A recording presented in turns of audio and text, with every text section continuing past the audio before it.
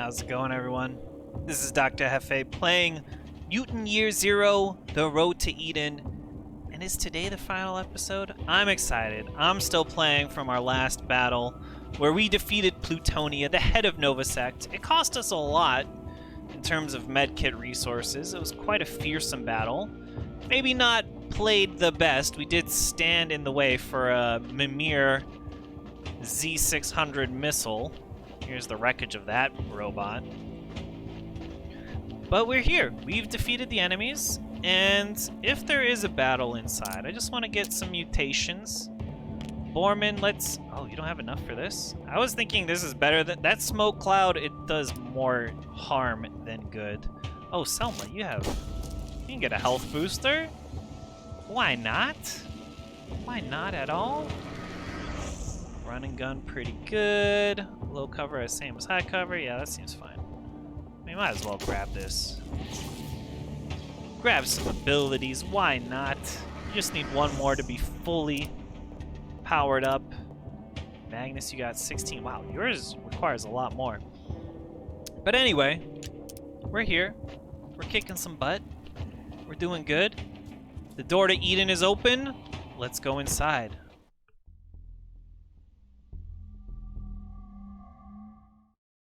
I can't remember my past, but I recognize this place. I've been here before. Have you? Ooh, Borman, what are you gonna say about this place? That's the same star we saw on those flying machines. The machines did come from here. Hammond was right. Yeah, we know. We know that this place is where the mutants come from as well. Like, I'm interested to see whether there will be loot in here.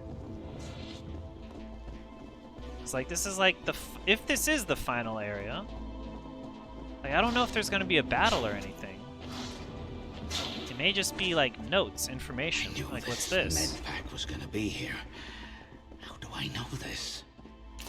Okay, there's like some healing items, suggesting there may be one more final battle. Also, how did you know? That is kind of odd that a med pack would stay there forever. Project cancelled. Evacuation orders have been given and a destruction order has been issued for all research, including the healthy biological subjects.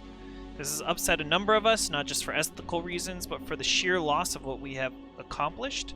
The news has hit Ingmar particularly badly. He has locked himself in the birthing chamber with the subjects and refuses to open the door. Ingmar, aka the Elder, the person who saved all of us. So that's why he doesn't want us to go back to Eden. Like, we're gonna realize that we were test subjects, and that our creators wanted to destroy us. Like, I can kind of understand that. But on the flip side, like, don't we still deserve to know? And didn't the Elder save us still? So, like, that kind of shows that we were wanted. That we had use, that we are useful. We defeated the Sect. We've protected the Ark. This looks like a giant missile launching area. Military recall. Command is in a state of total panic following the loss of Orbital Z1. An order has been issued to return all militarized bots and equipment directly to Unit Theta. My suspicions are confirmed without a shadow of a doubt. We are at war. I can only hope that this is quick, regardless who wins. So Mimir is one side. Will we find a second group battling us? I don't think so. I don't believe so.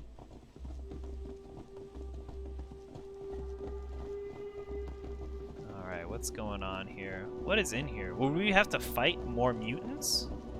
More guarding machines. All unbroken. But quiet. Are they asleep?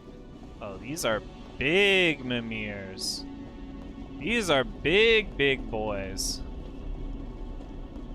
I feel like these definitely are probably bigger than the Z800s. Let's see, do we see anything about Eden?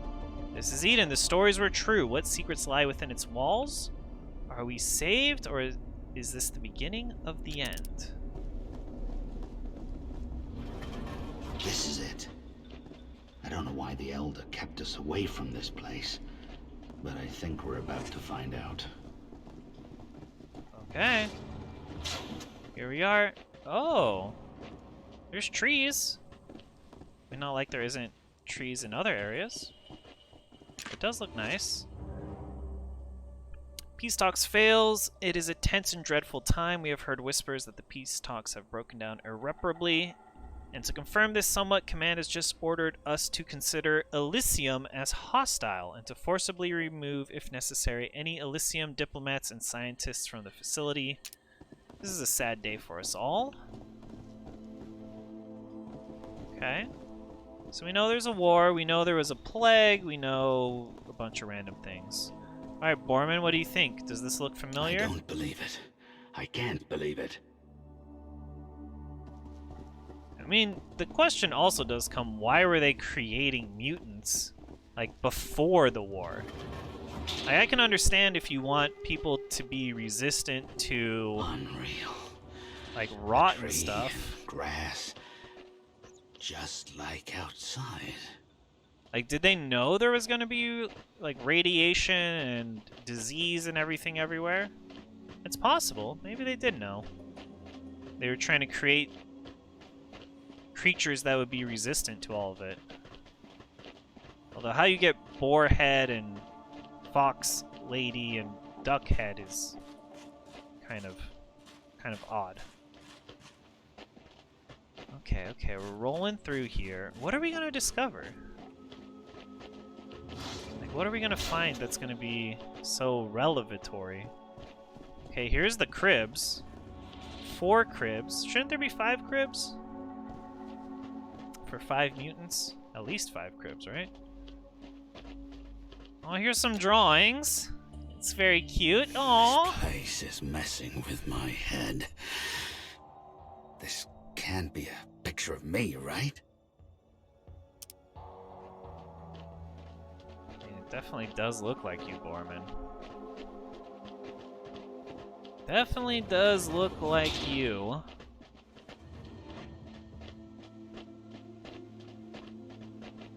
Continue on.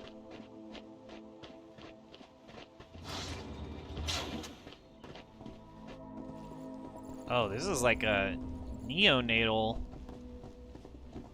kind of equipment right here. What's this say? Bone density report, 12 weeks. Regression of in-skeletal mass against in-soft tissue mass equals total body mass. Is that supposed to be a division sign? Percent sign? In passerine birds, n equals 96. Black square solid lines. Rodents, n equals 39. Okay, we're not going to read all this. Bats is 34. Raw data in the electronic supplementary material. To the mass of the mammal skeletons, 15% was added to account for the fact that mammal bones are not pneumatized but contain marrow. Regression slopes do not differ significantly. P equals 0.3. Comparison of skeletal mass using analysis of covariance demonstrated that the mass of bird skeletons is indistinguishable from that of rodents. Mutant project, say the screens, flashing in our face. So they're splicing together different animals for bone density reasons. Not exactly sure why, although we do have the ability to fly, which is interesting. But that's like bat wings, not bird wings. What's going on with this poor person? All this time we're talking about skeletons that don't look like us. This one kinda does. There might have been mutants in Eden. I mean, hopefully this guy died of natural causes and he was not sacrificed in order to be experimented on. That would be quite horrendous. More notes for us to read. This may just be an episode of reading notes. DNA analysis 67J. The data yielded a maximum likelihood of 0.2 PNG for 2 haplotypes, combining A and C on the one hand and Y1 and Y2 on the other, and of 0 when all 4 haplotypes are examined. Okay. Weird. The 95% confidence interval for PNG was 0 to 0.83 for 2 haplotypes and 0 to 0.28 for 4 haplotypes. The 2 haplotype confidence interval is considerably larger because haplotypes A and C were combined, which masks the fact that in southern T1 domestic pigs, haplotype A is more frequent than haplotype C. Okay, 64% versus 36% among the European haplotypes. Whereas in northern T1 wild boars, haplotype C is almost 5 times more frequent than A. A 17%, C 83%. Okay, that didn't really tell us much why they have these haplotypes. Oh look! It's a boarman skeleton face and a duck's skeleton face. That's cool. I do like these x-rays.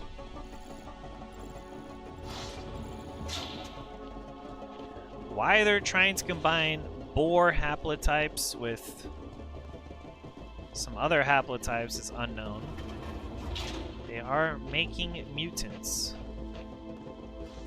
This definitely looks like a chamber where mutants would be kept.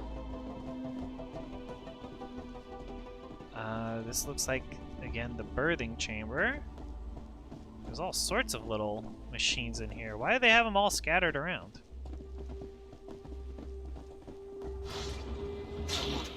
The screen with the lights. If we want answers, that's a good place to start. I mean, there's been many screens with many lights. But sure, this screen, over here. We huddle around the screen. The words, Mutant Project, blink on and off in big red letters.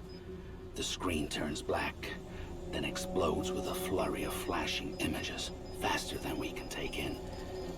I catch glimpses of mutants in test tubes, animals in cages, strands of code, something called DNA. The screen freezes on one final image. An employee profile. A scientist of the Mutant Project. It says his name is Ingmar Edison. His face. When we see his face, those eyes staring back at us, we couldn't believe it. It was him. The profile says his status was revoked after stealing mutant experiments from the lab. Oh, look how cute they look. Memories come flooding back. We were the experiments. They raised us in tubes and played games with our DNA. Made us freaks. The Elder was part of this. Happy endings died with the ancients. Why didn't he tell us? Who is he? The room spins. The truth comes flooding back into my brain. Everything I know is a lie. I lose my balance. As the room turns black, a voice crackles onto the radio. Ghost-like, ethereal, like the ancients calling down from space. Come on, Center, Sweden. Come in, come on, Center. I knew it was Norwegian of some sort. Come on, Center, Sweden. Come on, Center, Sweden. Come in, come on. Or not Norwegian, Nordic. Sorry, Norwegian means Norway. Nordic. Sorry, Swedish people. Sorry. Oh, that's the ending. Really? Really? What a cliffhanger of an ending. I would have thought there'd been a little bit more. A little bit more. The bearded ladies are. Okay. Very cool game. I feel it does have a more of like an indie feel to it. But I do like how they took the ideas of XCOM and elaborated on it, made it interesting, made it like they made it more small scale. They're like, what if you had XCOM, but like a small campaign, as opposed to, I feel like I need to turn this down a little. Game, you're loud, but it's fine. I'll probably talk over it. Here, we'll just do a quick Alt Tab out, turn it down a little bit. There we go. Come back in. Okay, so I mean I love this game. Like I was excited for it from the start. Like look at this artwork back here. Borman with the gaper, ducks with this crossbow, classic. The setting is cool. I do enjoy post-apocalyptic settings. Very fun, very fun. This last episode, I mean, I kind of expected it to be just you know, plot. That was how it was when we went into Hammond's base. Like, we went in there, we saw the giant missile. I thought there would be a battle in there, but there wasn't. And this was very much the same. Like, you go into this area, there's no enemies, you just kind of roll on through. Yeah, the game is good. I like what they did. I like the formula. I like the stealth. Like, the ability to stealth up to enemies, take them out without aggroing other people. Very cool mechanic, and we used it a lot in the early game. Not so much in the end game. Like, the end game, your stealth weapons don't level up enough. And, well, there's just so many enemies around. You can't really use it in those last couple of areas. And that's fine. Like, you get super upgraded weapons. You can't just spend all of your stuff on the stealth weapons. I mean, you could. You may have, like, wasted some points there, but it's, again, you have so much firepower by the end of the game, and you have, like, enough ability. Like, you can't use all your abilities. It's not like XCOM, where you have to make choices and then you're like locked into those choices. You could switch those mutations out at any time. But on the flip side, like in XCOM, you get 6 different abilities for your soldiers, at least in XCOM 2. I think that was true for XCOM Enemy Unknown. But again, I guess those abilities aren't super game changing. Like the ability to EMP robots, like take them out for 2 turns, that's huge. The ability to knock down enemies, take them out of the fight for 2 turns, another huge mutations, changes the flow of the combat, and like you need to use those. I think maybe, I mean, we did play this on hard, not hardest, I think. But the enemy AI is a little bit forgiving. They're not always blasting away at you. They do go into Overwatch a couple of times, which, you know, they do hit, but I mean, maybe it is better. Like, maybe they had such low chance to hit that they needed to go into Overwatch instead of shooting at us. But I felt that the enemy AI was a little bit forgiving. They weren't super brutal. At least by the end game. By the end game, I feel like we figured out the enemy movements, the enemy abilities. Like, we still did get blown up by a Mimir rocket, which is kind of hilarious. We could have easily moved out of the way, but we didn't. We chose to stand there and get hit. So yeah, the enemy, the combat, it's good. It's good. I like the game. It was challenging at first. There was a couple times that I did fail. I think I recorded one of them. There was another time, I forget what battle it was, but basically, like, aggroed the whole map. They wrecked me. It was, you know, it sucks to get destroyed by all the enemies, but it was a good battle. But by the end, our tactics were good enough that we wouldn't die to the enemies. And we were doing really well. What am I thinking? There is actually one more place on the map that we didn't go to. It was like a level 65 zone that we didn't go to. Let's see what happens when we finish here. So this is the end. Thank you. Aw, Loki. R.I.P. And Black Ploppy. Yeah, here. The Mausoleum of Suburbia. Oh. This is what I was wondering about. Like, how do we get there? How do we activate it? It looks like there's still something more.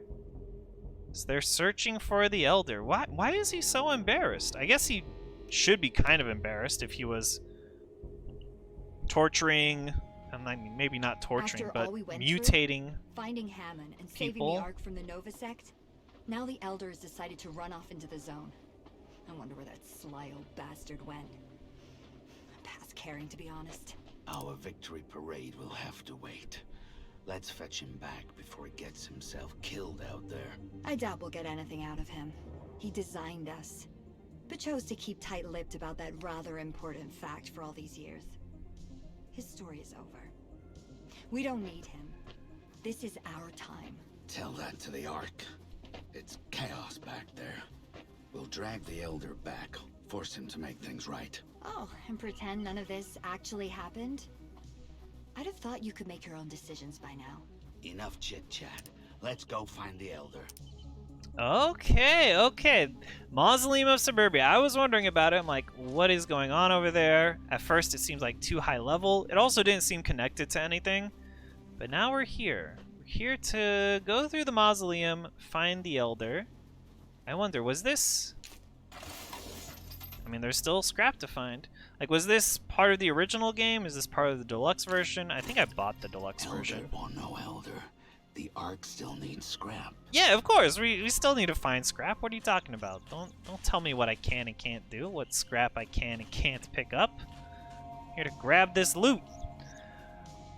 But yeah, we're here. We're here. I feel like I don't know if there's going to be another giant battle, if there's going to be like a long cutscene or what. So I'm going to end this episode here. And next episode may be the finale. We'll see. Join me then. Until then, do remember, as always, you know, it's a crazy world out there. Take care of yourself. Take care of yourself like Borman would, like Magnus would, like Selma would, and of course how Dux and Farrell would. Till then, see ya.